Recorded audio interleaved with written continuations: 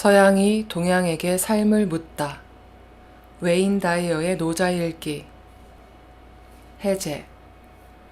나는 왜 도덕경을 읽게 되었을까? 미래는 꿈으로 만들어졌다.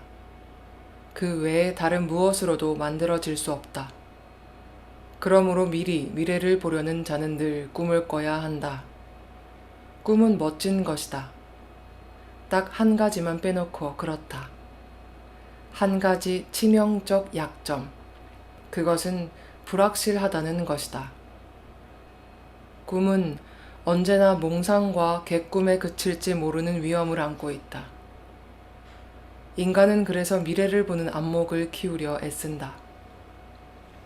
미래학자들은 트렌드라는 물결 위에서 미래를 보려 한다. 그 물결 위에 꿈을 실어 모호함을 줄여보려 한다. 사방팔방으로 뻗어가는 햇살 같은 트렌드들은 모두 이해한다는 것은 가능한 것이 아니다. 그러나 그 중에서 가장 큰 메가 트렌드 몇 개는 기억해둘 필요가 있다. 메가 트렌드는 보통 30에서 50년 정도의 반감기를 가지고 있다. 그것은 아주 널리 퍼져 있어 우리 삶의 모든 영역에 영향을 미치고 있다. 그리고 메가 트렌드는 글로벌하다. 세계 어디서든 감지된다. 이런 특성을 가지고 있으면 메가 트렌드라 불릴 수 있다. 종종 사람들은 메가 트렌드에 대하여 그건 예전에도 들었던 거야. 새로울 게 없어. 눈이 번쩍 뜨일 새로운 걸 내놔봐. 라고 말할지도 모른다. 위험한 생각이다. 메가 트렌드의 힘은 새로움에 있는 것이 아니라 생활에 끼치는 영향력의 깊이와 넓이에 있다. 따라서 그동안 잘 알려져 있고 오랫동안 영향력을 미치고 있는 것들에 주목해야 한다. 가장 영향력이 강한 몇 가지의 메가 트렌드 중 첫 번째 물결은 고령화이다. 그것은 이미 모든 선진국에서 감지되고 있다. 우리 역시 예외가 아니다. 노화는 갑자기 찾아와 사람들을 뒤흔들어 놓는다. 개인만 늙는 것이 아니라 인류 전체가 늙어가고 있다. 철학자이며 민속학자인 클로드 레비스트로스는 인구 통계학적인 제한과 비교하면 공산권 분계 따위는 아무것도 아니다. 라고 말했다. 경제 전문가들은 대체로 2020년을 전후하여 선진국에서 벌어지는 인구 전쟁에서 노인들이 유리한 지위를 차지하기 시작할 것으로 전망한다. 다수가 되기 시작한 것이다. 일본은 이미 2006년에 65세 이상 노인이 인구의 20%를 넘어서는 초고령 사회로 진입했다. 그리고 유럽의 대부분이 2020년을 전후하여 초고령 사회로 진입하게 될 전망이다. 한국의 경우는 2026년이면 초고령 사회가 될 것으로 추정된다. 두 번째, 중요한 메가 트렌드는 여성이다. 여성은 점점 더 똑똑해지고 있다. 100년 전, 여성들에게 교육은 주어지지 않았다. 그러나 지금은 세계 도처의 여학생들의 수가 남학생들의 수를 넘어서기 시작했으며 남학생들의 성적을 뛰어넘기 시작했다. 정치, 사회, 문화 전반에 걸쳐 여성의 참여가 급증하고 이에 반비례하여 출산율은 현격히 줄어들게 되었다. 맞벌이 부부 중에서 아내가 돈을 더 많이 버는 경우에는 남편이 집에서 가사 일을 하는 경우가 늘고 있다. 런던의 경우 벌이가 아내에 미치지 못하는 남편의 40%는 집에서 가사 일을 하고 있다. 남성이 돈을 벌고 여성이 가사 일을 전담하는 모습은 사라져간다. 당연히 결혼 생활의 그림도 달라졌다. 아이를 낳아 기르는 재생산 모델에서 서로에 대한 독립성이 존중되는 일종의 이중 공동체 모델로 바뀌어가고 있는 것이다. 즉, 남편과 아내는 서로 다른 직장 동료, 친구 등과 자신이 번 봉급으로 독립된 세계를 가진 상태에서 결혼 생활을 병행해 간다.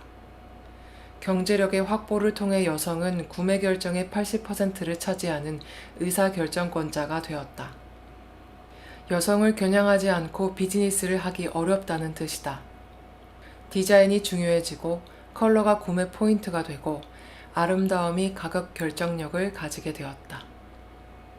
야망이 아니라 도덕이 중요해졌으며 기능이 중요한 것이 아니라 감성적 하이터치 서비스가 중요해졌다. 세 번째 중요한 메가 트렌드는 로아스다. 로아스는 소비 측면에서 개인의 건강과 사회의 지속 가능성, 환경 및 새로운 가치를 중요시하는 라이프 스타일을 의미한다. 에코라는 단어는 이제 모든 상품과 서비스가 가장 선호하는 접두사가 되었다. 먹거리에 에코가 붙는 것은 당연한 프리미엄을 의미한다. 몇 배의 비싼 가격에도 거래된다. 사람들은 저지방이나 무지방 우유를 더 비싸게 사서 마신다. 저농약 쌀이나 무농약 쌀은 더 비싸다. 친환경 채소는 물론 그렇지 않은 보기 좋은 채소보다 훨씬 더 비싸다. 캄보디아의 작고 예쁜 시엠림 공항에는 캄보디아의 앙코르와트 여행을 친환경 에코 트립이라고 선전한다.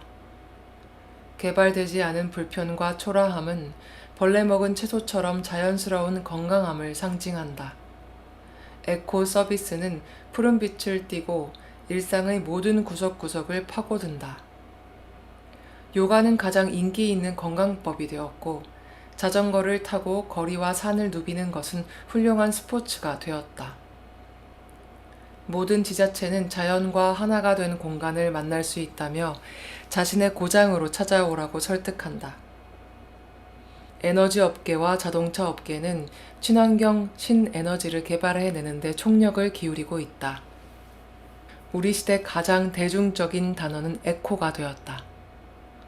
정책적으로 기후변화 대책과 환경 보존에 엄청난 예산이 투입될 것이다.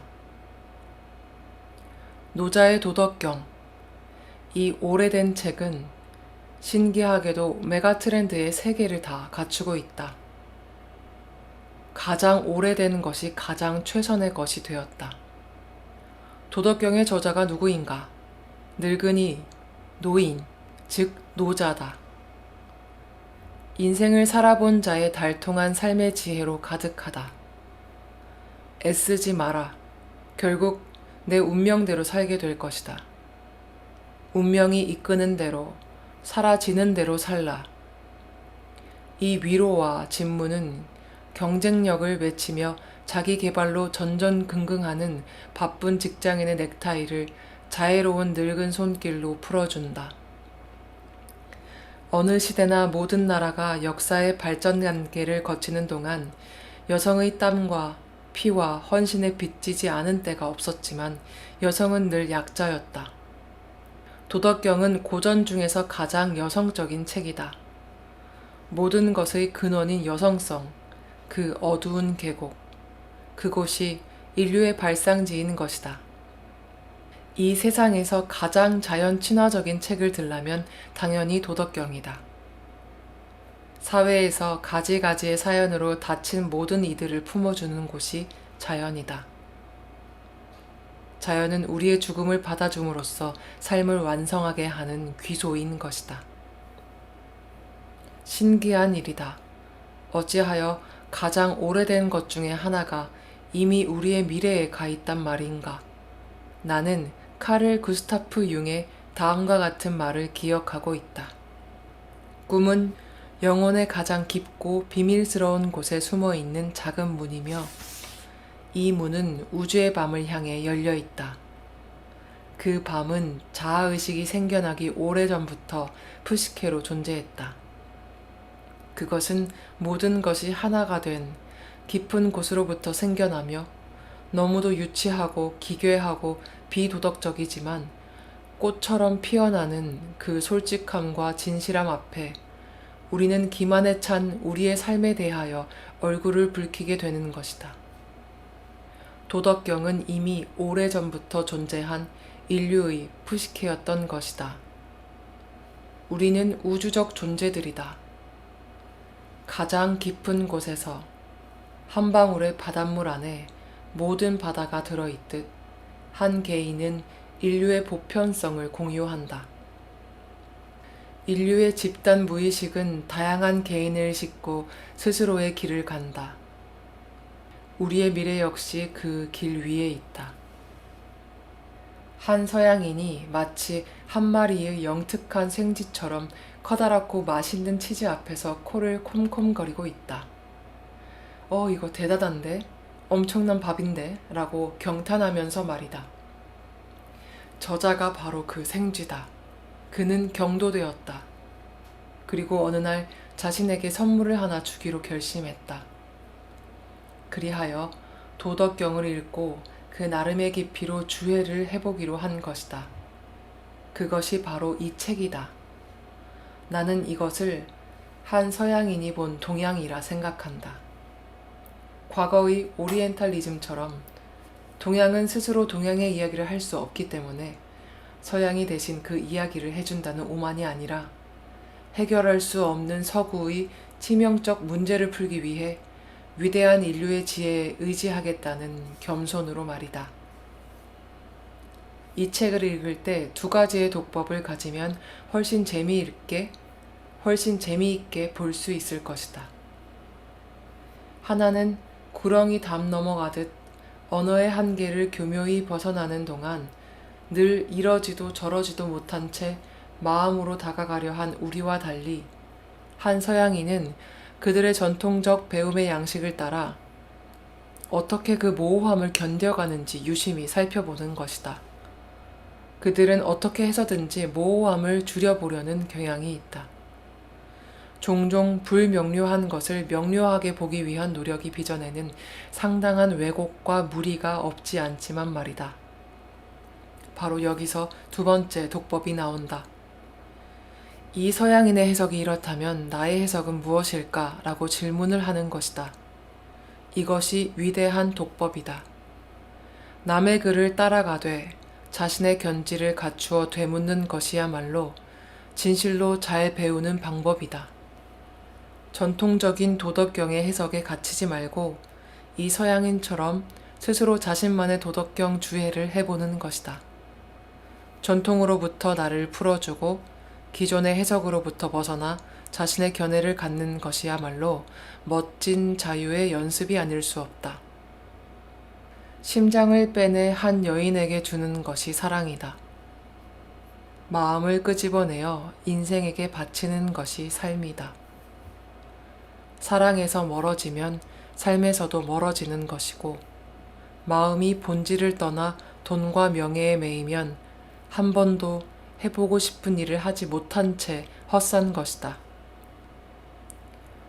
가지가지의 일로 몸과 영혼이 추울 때 할아버지 옆에서 불을 쬐며 장작이 타오르는 것을 보라. 자신을 죽여 태움으로써 나를 돕는 것이니 내 삶이 하루인들 어떤 우주적 존재의 호의와 도움 없이 사라질 수 있겠는가.